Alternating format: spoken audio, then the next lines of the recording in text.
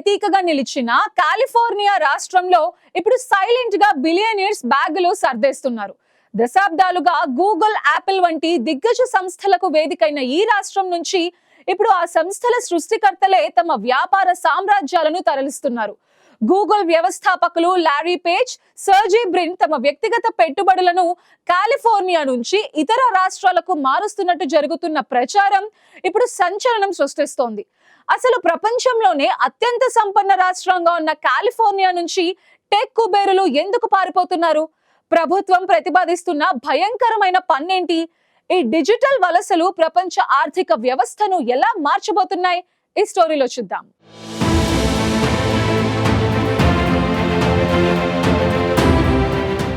ప్రపంచం టెక్నాలజీకి గుండెకాయ లాంటి కాలిఫోర్నియాలో ఇప్పుడు నిశ్శబ్ద విప్లవం మొదలయ్యింది.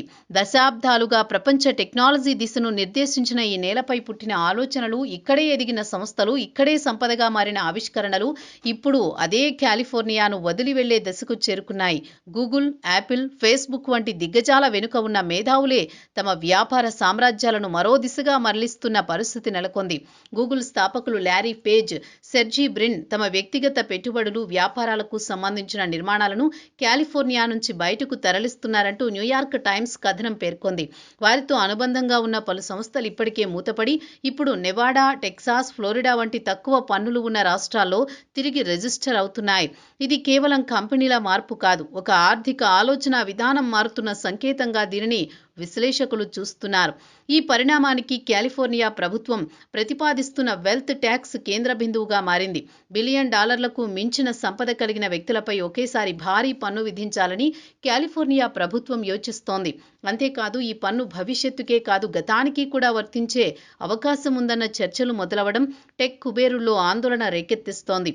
ఇప్పటికే అధిక ఆదాయ పన్నులు, కార్పొరేట్ నిబంధనలతో ఒత్తిడిలో ఉన్నామని భావిస్తున్న వారు ఇప్పుడు తమ వ్యక్తిగత సంపదపై కూడా భారీ భారం పడుతుందన్న భయంతో ముందే అడుగు బయట పెట్టేందుకు సిద్ధమవుతున్నారు. కాలిఫోర్నియా లాంటి రాష్ట్రంలో సంపాదించిన సంపదను అదే రాష్ట్రం నుంచి తీసుకువెళ్లాలన్న ఆలోచన ఒకప్పుడు అసాధ్యంగా అనిపించేది, కానీ నేటి పరిస్థితుల్లో అది సాధ్యమే కాకుండా సులువుగా మారింది.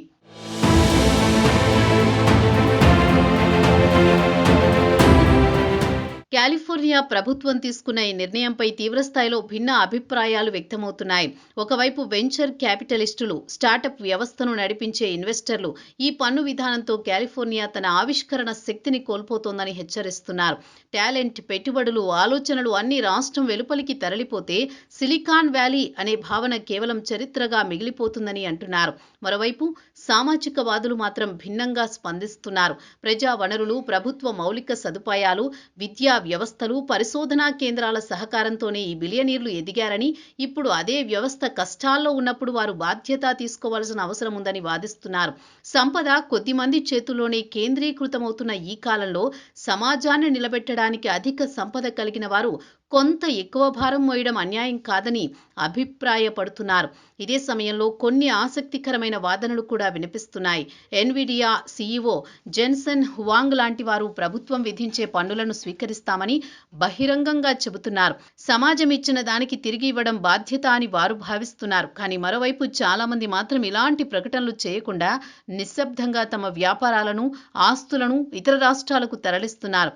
ఈ సైలెంట్ ఎగ్జిట్ నే కాలిఫోర్నియాకు అసలైన ప్రమాదంగా కొందరు నిపుణులు భావిస్తున్నారు. ఎందుకంటే బయటికి కనిపించకుండా జరుగుతున్న ఈ వలసలు ఒక్కసారిగా పెద్ద ఆర్థిక దెబ్బగా మారే అవకాశం ఉంది.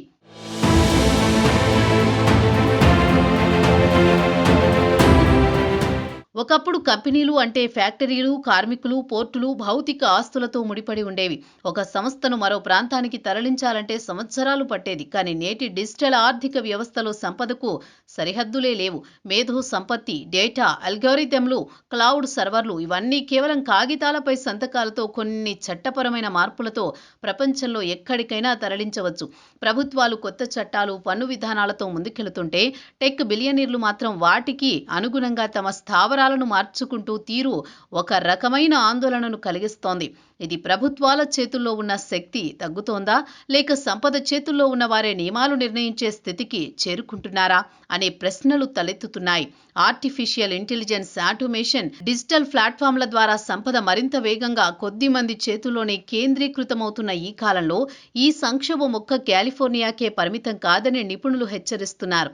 కాలిఫోర్నియా నుంచి నెవాడా, టెక్సాస్కు వెళ్లిన సంస్థలు తర్వాత అక్కడ కూడా కొత్త పన్ను విధానాలు వస్తే మళ్లీ మరో ప్రాంతానికి వలస వెళతాయా? అలా ప్రపంచమంతా ఒక డిజిటల్ నోమాడ్ ఆర్థిక వ్యవస్థగా మారుతుందా అనే సందేహాలు వ్యక్తమవుతున్నాయి.